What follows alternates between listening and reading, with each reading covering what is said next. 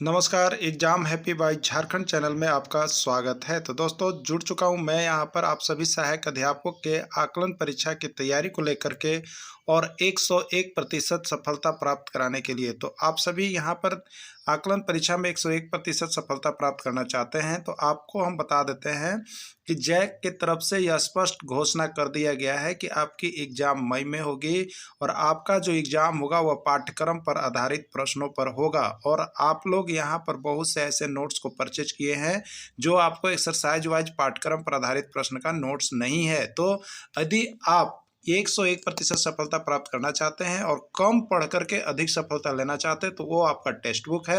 यदि आप text book पढ़ लेते हैं तो अच्छी बात है, नहीं पढ़ पाते हैं तो हमारे चैनल पर ओनली फॉर टेक्स्ट बुक पर आधारित जैक मॉडल पाठ्यक्रम पर आधारित सारे प्रश्नों का नोट्स यहाँ पर बनाया गया है जो कि आपको जैक मॉडल पर आधारित होगा और आपके टेक्स्ट बुक का exercise wise notes NCERT PDF आपको मिलेगा। और यहाँ पर साथ में तैयारी भी कर सकते हैं आप।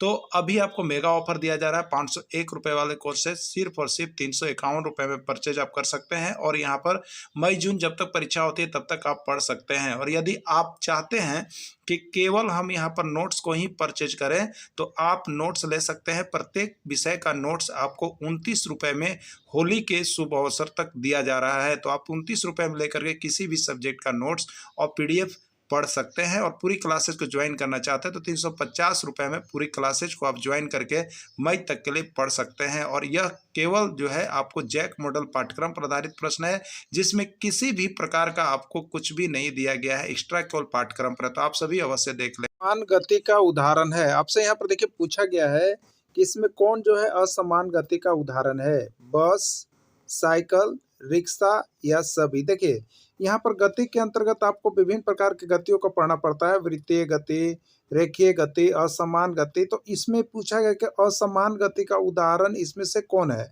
यानी असमान गति का मतलब क्या हो गया। तो असमान गति का मतलब हो गया जिसकी गति जो है कोई निश्चित नहीं है, ठीक है, कोई निश्चित नहीं है। कभी वह 10 किलोमीटर की भी स्पीड हो जाएगी, कभी वह 20 किलोमीटर की स्पीड, कभी 50 किलोमीटर चलने लगे। तो इस तरह की गति क्या है, असमान गति है। इस तरह की गति क्या है, असमान गति है। अगर समान गति रहता तो क्या होता, एक समान चाल से चलते रहते। जैसे कोई गाड़ी अगर 50 किलोमीटर प्रति घंटा की स्पीड से चल रही है, अगर उसी चाल से वो चलती रहे तो उसको हम लोग समान गति कहेंगे। लेकिन कहीं पर रुक करके धीरा, कहीं पर फिर स्पीड हो जाए तो ये असमान गति का उदाहरण है। तो ऐसा कहाँ कहाँ देखने को मिलता है, तो बस की भी गति वही होती है। कहीं पर अगर जर्क आता है तो वहाँ पर बस धीरे हो जाती है, या कहीं पर गाड़ी मिल जाती है तो वहाँ पर बस धीरे हो जाती है। तो इस तरह से ये असमान गति है, ठीक है। साइकिल की भी वही कंडीशन है, रिक्शा की भी वही कंडीशन है। तो ये सभी गति जो होती है असमान गति के अंतर्गत आती है, यानी ये सभी, इसका राइट आंसर क्या हो जाएगा, सभी हो जाएगा, डी हो जाएगा। सभी जो है असमान गति के उदाहरण है, ठीक है। अगला देखिएगा, समान गति का उदाहरण है। एक समान गति का उदाहरण कौन है, घड़ी के सुई की गति, लोलक की गति, ए और बी दोनों, या कोई नहीं, ठीक है। देखिए आप घड़ी देखते हो, घड़ी देखते हैं ना, तो ये एक निश्चित चाल से चलते रहते, जब तक बैटरी समाप्त नहीं होगा तब तक वो घड़ी रुकती नहीं है, ठीक है। तो एक निश्चित चाल से, एक समान चाल से जो चल रहे होते हैं उसको हम लोग कहते हैं समान गति। अगला देखिएगा, लोलक एक पेंडुलम है। इसकी सहायता से किसी को हम लोग यहाँ पर लगाते हैं, इसको जब धक्का मारते हैं तो ये इधर जाता है, फिर इधर आता है, फिर इधर जाता है, फिर इधर आता है। तो ये एक समान गति से आते जाते रहता है। तो जो एक समान चाल से चलते रहता है, एक समान गति से चलते रहती है, तो उसको हम लोग क्या कहते हैं यहाँ पर, समान गति। तो इसमें समान गति का उदाहरण कौन है, घड़ी के सुई की गति भी समान गति का उदाहरण है और लोलक की गति भी समान गति का उदाहरण है। यानी इसका राइट आंसर क्या हो जाएगा, सी हो जाएगा। ए और बी दोनों ही इसका सही आंसर है। सरल लोलक के द्वारा एक पूर्ण दोलन करने में लगे समय को क्या कहते हैं। सरल लोलक होता है ना, उसको एक पूर्ण दोलन, मतलब यहाँ से गया फिर यहाँ आया और फिर यहाँ आया, इसको पूर्ण एक दोलन करने में लगे समय को क्या कहते हैं। तो पूर्ण दोलन करने में लगे समय को क्या कहते हैं, आवृत्ति, हर्ट्ज, आवर्तकाल, या कोई नहीं, ठीक है। तो इसको हम लोग कहते हैं आवर्तकाल। इसको हम लोग क्या कहते हैं, आवर्तकाल। यानी सरल लोलक के द्वारा एक पूर्ण दोलन करने में लगे समय को लोलक का क्या कहते हैं, आवर्तकाल कहते हैं। और आवर्तकाल को यहाँ पर हम लोग किसके द्वारा, तो टी के द्वारा सूचित करते हैं, बड़ा टी के द्वारा सूचित करते हैं। तो ये आवर्तकाल कहलाता है, ठीक है। क्या कहलाता है, आवर्तकाल, इसको हम लोग कह लेते हैं, ठीक है। समय का ऐसा ही मात्रक है, समय का ऐसा ही मात्रक क्या है, सेकेंड है, मिनट है, घंटा है, या कोई नहीं, ठीक है। तो समय का एसआई मात्रक, जिसको हम लोग इंटरनेशनल सिस्टम ऑफ यूनिट या इसी को कह लेते हैं अंतर्राष्ट्रीय पद्धति मात्रक, तो समय का एसआई मात्रक जो है वो आपका सेकेंड है। क्या है आपका? सेकेंड है समय का एसआई मात्रक। अगला है गाड़ी की चाल मापी जाती है। गाड़ी की चाल किस में मापी जाती है? 101 बारी प्रश्न पूछा गया, ठीक है।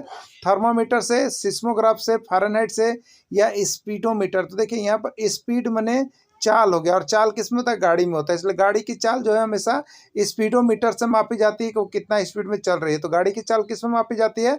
स्पीडोमीटर मापी जाती है, और यही इसका राइट आंसर होगा, ठीक है। वाहन द्वारा तय की गई दूरी को, वाहन द्वारा तय की गई दूरी को मापते हैं किसके द्वारा?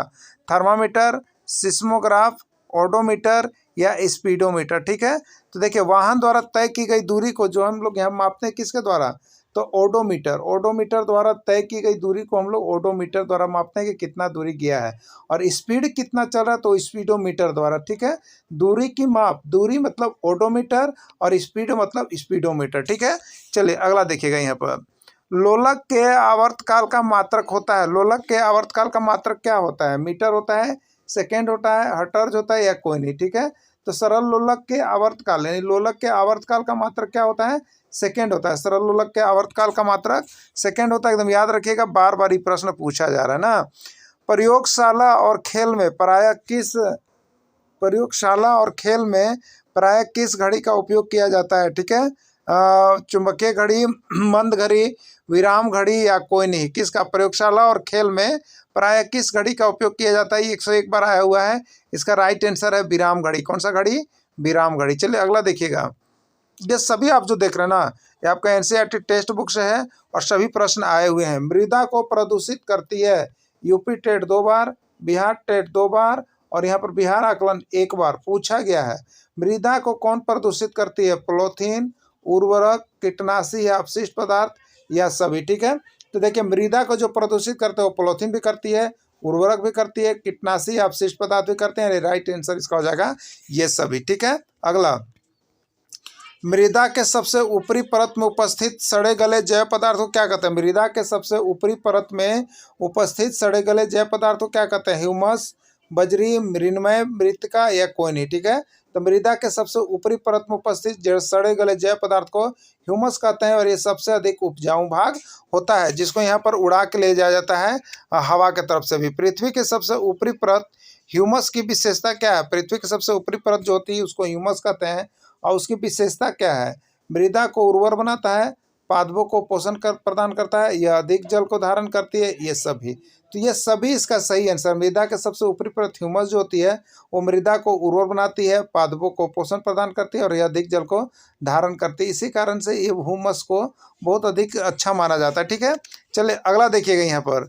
मृदा की उर्वरता को बनाए रखता है कौन? मृदा की उर्वरता को कौन बनाए रखता है? चट्टान, बर्फ, हवा या केचुआ? तो मृदा की उर्वरता को केचुआ बनाए रखता है, ठीक है। जिस मृदा में बड़े कणों का अनुपात अधिक होता है तो वैसी मृदा को कहते हैं बलुई मृदा, चिकनी मृदा, दोमट मृदा या कोई नहीं। तो मोटे कण अधिक होंगे तो उसको हम लोग क्या कह लेते हैं? यहाँ पर बलुई मृदा के नाम से जानते हैं। उसको क्या जानते हैं? मोटे कणों की मात्रा अधिक है जिस मिट्टी में, उसको हम लोग बलुई मृदा कहते हैं। जिस मृदा में सूक्ष्म कणों का अनुपात अधिक होता है वह कहलाती है चिकनी मृदा, बलुई मृदा, दोमट मृदा या कोई नहीं। तो उसको हम लोग कहते हैं मृन्मय मृदा या चिकनी मृदा। जिसमें महीन कणों की संख्या अधिक होती है उसको चिकनी मृदा के नाम से जानते हैं। जिस मृदा में सूक्ष्म कण एवं बड़े कण की मात्रा समान होती है उसको क्या कहते हैं? मतलब सूक्ष्म कण भी होगा, चिकना वाला भी होगा और मोटा वाला, दोनों मिक्स है, तो उसको हम लोग क्या कहते हैं? बलुई मृदा, चिकनी मृदा, दोमट मृदा या कोई नहीं। तो जिसमें सूक्ष्म कण और बड़े कण दोनों की मात्रा रहती है उसको हम लोग दोमटी मृदा कहते हैं। दोमट मृदा कहते हैं। क्या कहते हैं उसको? दोमट मृदा के नाम से जानते हैं, ठीक है। अगला, किस मिट्टी में जल धारण की क्षमता सबसे अधिक होती है? किस मिट्टी में जल धारण की क्षमता सबसे अधिक होती है? बलुई मृदा, चिकनी मृदा, दोमट मृदा या कोई नहीं, ठीक है। तो किस मिट्टी में जल धारण की क्षमता सबसे अधिक होती है?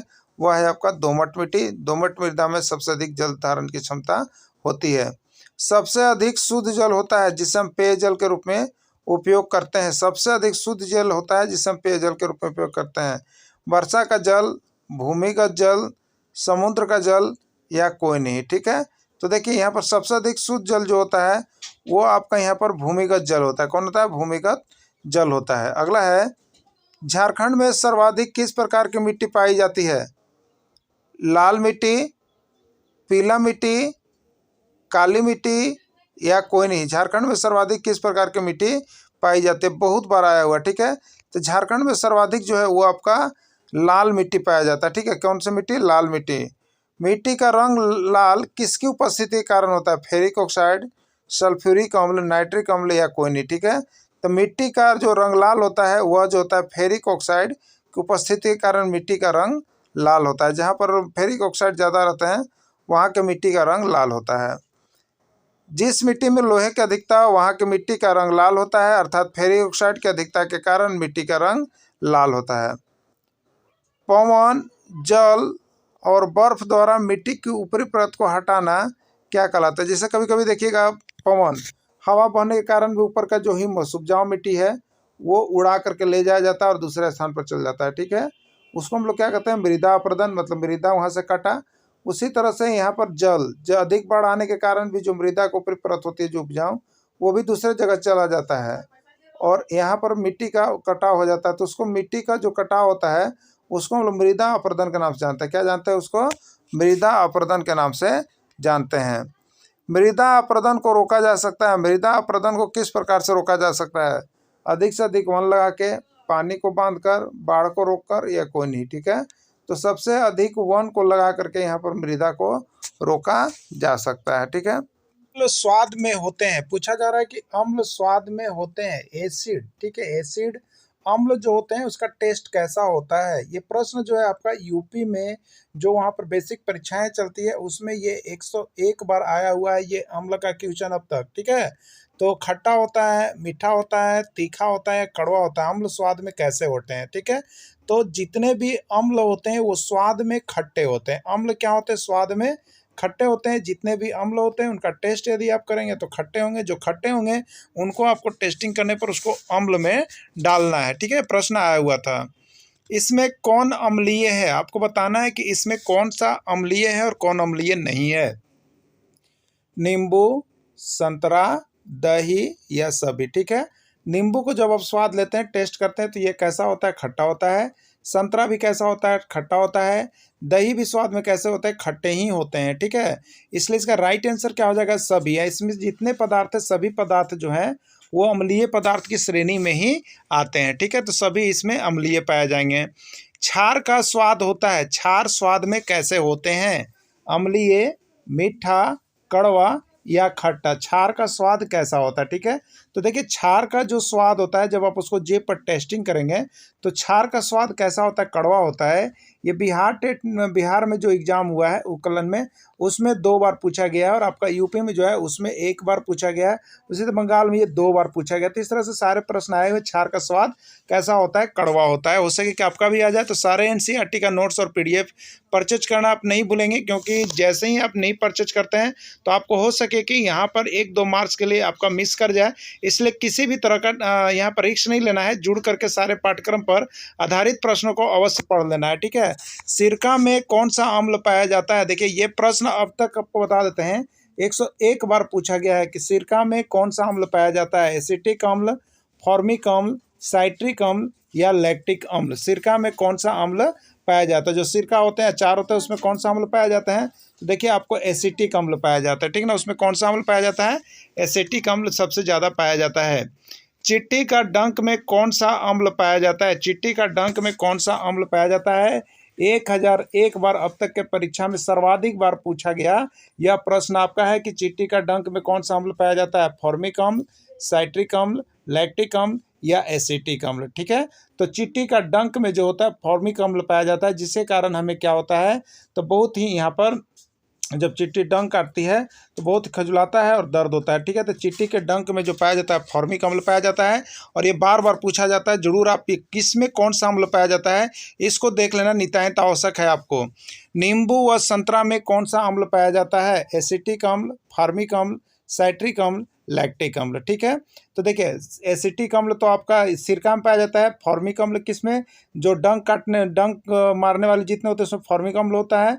और यहाँ पर होता है साइट्रिक अम्ल। तो नींबू व संतरा में जो है आपको साइट्रिक अम्ल ही पाया जाता है, नींबू व संतरा में। ठीक है, चलिए अगला देखिएगा, दही में कौन सा अम्ल पाया जाता है। दही में कौन सा अम्ल पाया जाता है, एसिटिक अम्ल, लैक्टिक अम्ल, साइट्रिक अम्ल या फॉर्मिक अम्ल, कौन सा अम्ल दही में पाया जाता है। देखिए दही में जो है आपको यहाँ पर लैक्टिक अम्ल पाया जाता है। कौन सा अम्ल पाया जाता है, लैक्टिक अम्ल होता है, जो दूध को दही में बदलता है, तो यह लैक्टिक अम्ल दही में पाया जाता है। ठीक है, चलिए अगला देखिएगा, आंवला में कौन सा अम्ल पाया जाता है। आंवला में कौन सा अम्ल पाया जाता है, एसिटिक अम्ल, लैक्टिक अम्ल, एस्कर्बिक अम्ल या टार्ट्रिक अम्ल, आंवला में कौन सा अम्ल पाया जाता है। ठीक है, तो आंवला में जो होता है आपको जो अम्ल पाया जाता है वो आपका यहाँ पर एस्कॉर्बिक अम्ल पाया जाता है। कौन सा अम्ल पाया जाता है, एस्कॉर्बिक अम्ल जो है आंवला में आपका पाया जाता है। पालक में कौन सा अम्ल पाया जाता है, ये भी प्रश्न अब तक 101 बार से ज़्यादा बार पूछ दिया गया। पालक का कौन सा अम्ल पाया जाता है, एसिटिक अम्ल होता है, लैक्टिक अम्ल होता है, एस्कर्बिक अम्ल होता है, ऑक्जेलिक अम्ल होता है। ठीक है, तो एसिटिक अम्ल सिरका में हो गया ना, लैक्टिक अम्ल दही में हो गया, एस्कॉर्बिक अम्ल आंवला में हो गया और ऑक्जेलिक अम्ल जो है वो पालक में हो गया। तो इस तरह से अम्ल का कुछ कुछ चीज़ को याद रख लीजिएगा, तो आपको जब ऑप्शन देखिएगा तो आपको पकड़ा जाता है, इसलिए कुछ ऑप्शन को याद भी कर लेना है। ठीक है, चलिए अगला देखिएगा, इमली, अंगूर और कच्चे आम में कौन सा अम्ल पाया जाता है। ठीक है, तो एसिटिक अम्ल किस में होता है, अभी आपको याद होगा, सिरका में होता है। लैक्टिक अम्ल किस में होता है, दही में पाया जाता है। टार्ट्रिक फॉर्मिक अम्ल किस में होता है, चींटी के डंक में। आपके पास एक ही ऑप्शन बच जा रहा है जो आपने नहीं देखा था, टार्ट्रिक अम्ल। यानी इमली में कहा जाए, अंगूर में कहा जाए, कच्चा आम में कहा जाए, कौन सा अम्ल पाया जाता है, तो इन सभी में जो है टार्ट्रिक अम्ल ही पाया जाता है। ठीक है, टार्ट्रिक अम्ल पाया जाता है। अगला है, चूना का पानी में कौन सा क्षार पाया जाता है। देखिए चूना का पानी में कौन सा क्षार पाया जाता है, कैल्शियम हाइड्रोक्साइड पाया जाता है, सोडियम हाइड्रोक्साइड पाया जाता है, पोटेशियम हाइड्रोक्साइड या मैग्नीशियम हाइड्रोक्साइड। ठीक है, तो सबसे पहले चूना का पानी जो होता है, तो चूना के पानी का सूत्र क्या होता है आपको याद होना चाहिए।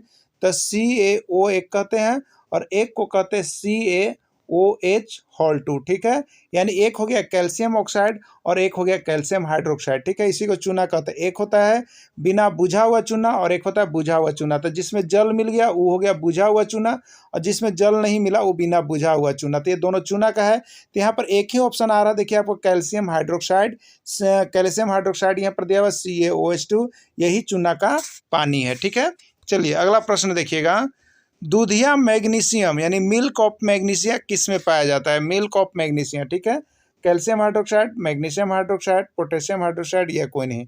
सबसे पहले यहाँ देखिए दूधिया मैग्नीशियम या मिल्क ऑफ मैग्नीशिया यानी मैग्नीशियम हाइड्रोक्साइड होगा। क्या होगा, मैग्नीशियम हाइड्रोक्साइड के नाम से जाना जाएगा, MgOH2। ठीक है, तो इसको मैग्नीशियम हाइड्रोक्साइड को ही हम लोग मिल्क ऑफ मैग्नीशिया या कहते हैं हम लोग इसको ना।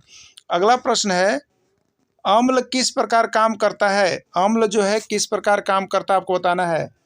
लाल लिटमस को नीला करता है, नीला लिटमस को लाल करता है, हरा लिटमस को नीला करता है या हरा लिटमस को पीला करता है। देखिए एक बात आपको हम बता देते हैं, देखिए अम्ल में ल से स्टार्ट हो रहा है ना, ल से, तो ये अम्ल है ल, तो आपको लगेगा कि लाल लिटमस को नीला करता है, लाल लिटमस को नीला करता है, लेकिन इसका जस्ट अपोजिट होता है, आपको बताते हैं। ठीक है, अम्ल में ल से आपको लाल लगेगा, लेकिन स्टार्ट किससे कीजिएगा, नीला से कीजिएगा। किससे कीजिएगा, नीला से, यानी नीला को क्या करता है, लाल करता है, ये नीला को लाल करता है लिटमस पर। तो ठीक है, तो ये नीला से स्टार्ट कीजिएगा, जस्ट उल्टा होता है।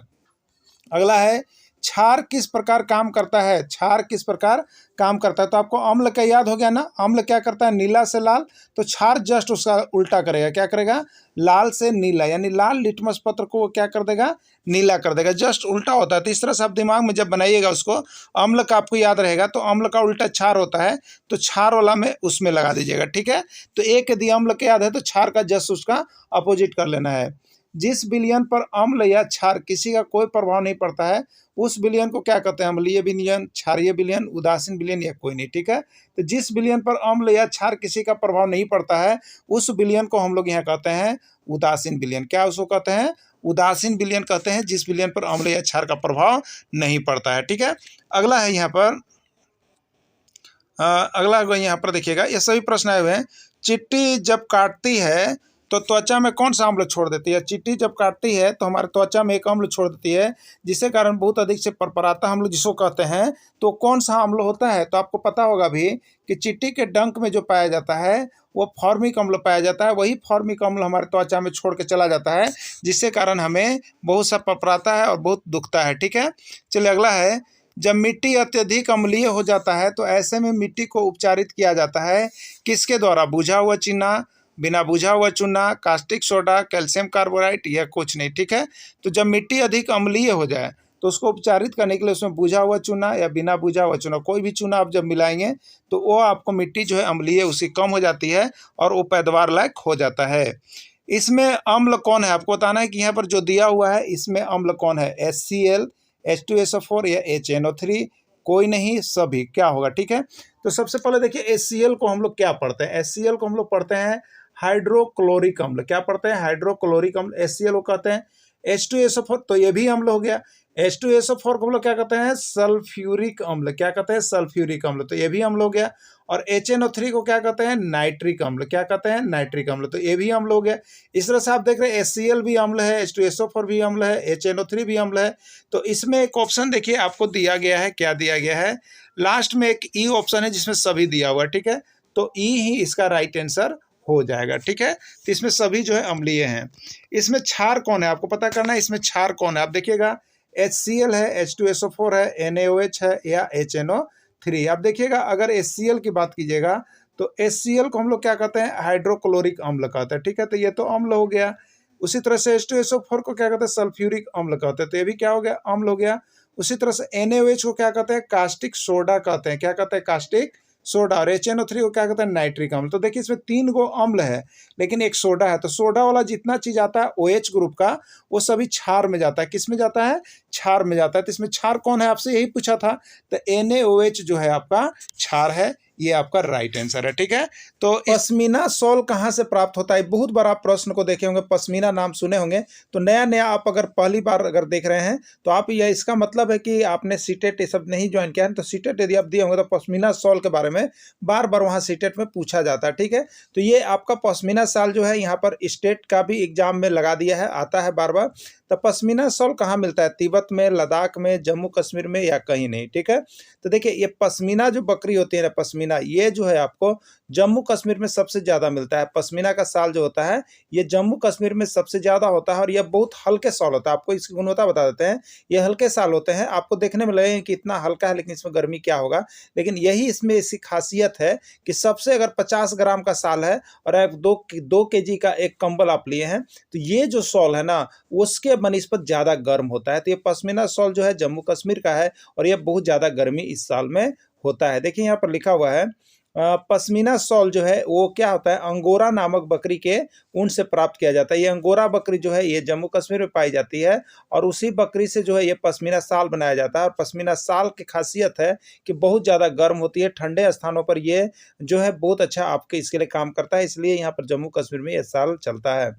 भेड़ होते हैं, आपको बताना भेड़ क्या होते हैं? शाकाहारी, मांसाहारी, सर्वाहारी या कोई नहीं? तो चलिए यदि आप जानते हैं भेड़ के बारे में तो ये आपका बिहार में पूछा गया है, साथ ही बंगाल में पूछा गया है कि भेड़ क्या होते हैं? शाकाहारी होते हैं, मांसाहारी होते हैं, सर्वाहारी होते हैं या कोई नहीं? तो आपको पता होगा कि भेड़ जो होते हैं हमारे वो क्या है? तो यहाँ पर शाकाहारी जंतु में आते हैं। ठीक है, भेड़ किस में है? शाकाहारी में आते हैं क्योंकि वे सिर्फ शाकाहारी चीजें ही खाते हैं।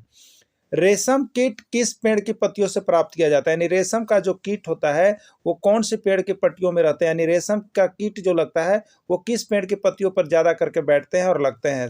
शरीफा, कटहल, शहतूत या कोई नहीं? ठीक है, तो रेशम के कीट जो होते हैं वो शहतूत के पेड़ की पत्तियों से प्राप्त किए जाते हैं। रेशम कीट किससे प्राप्त किए जाते हैं?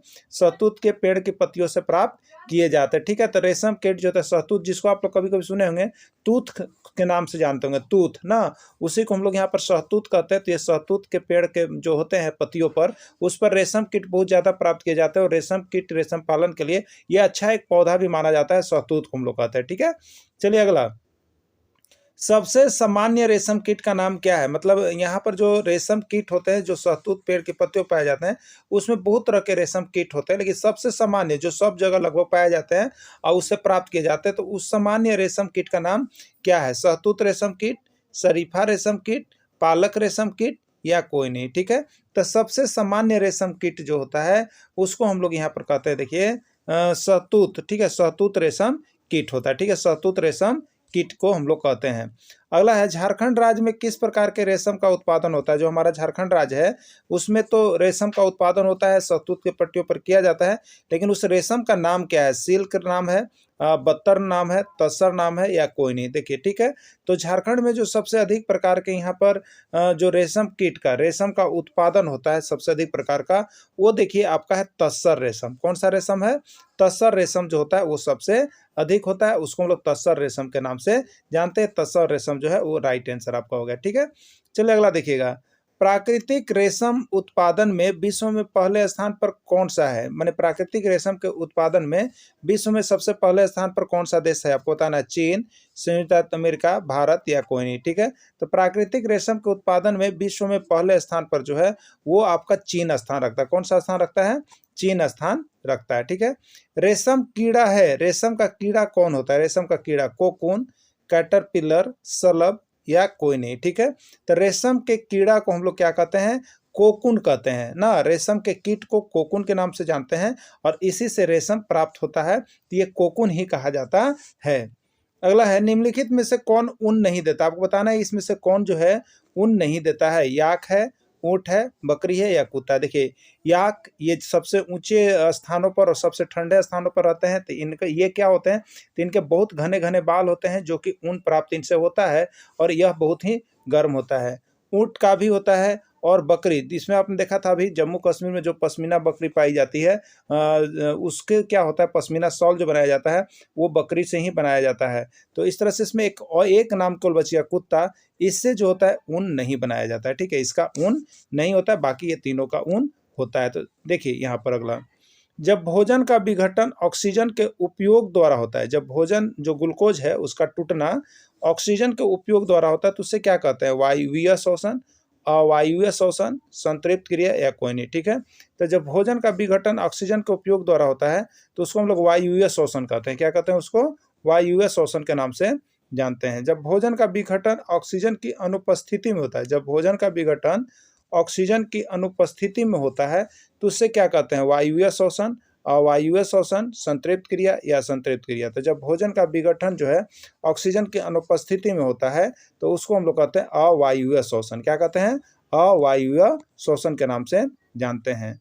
मानव में शोषण होता है, मानव जो शोषण लेते हैं वो किसके द्वारा लेते हैं, आपको बताना है। त्वचा के द्वारा, गिल्स के द्वारा, फेफड़े के द्वारा या कोई नहीं, ठीक है। तो मानव का जो शोषण होता है वो होता है यहाँ पर फेफड़ों के द्वारा। किसके द्वारा होता है, फेफड़ों के द्वारा मानव में शोषण होता है। केचुए में शोषण कैसे होता है, अब बता सकते हैं केचुए में शोषण कैसे होता है। ये 1001 बार प्रश्न पूछ गया है पर्यावरण के अंतर्गत, तो अभी सभी राज्यों के एग्जाम में पूछा जा रहा है, ठीक है। त्वचा के द्वारा, फेफड़ा के द्वारा, गिल्स के द्वारा या कोई नहीं, ठीक है।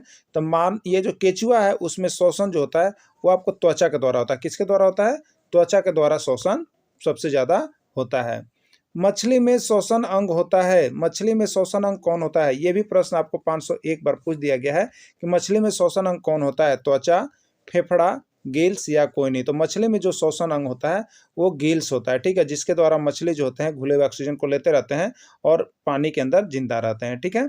मेढक में शोषण अंग होता है, कौन कौन होता है, फेफड़ा होता है, त्वचा होता है, ए और बी दोनों होता है या कोई नहीं, ठीक है।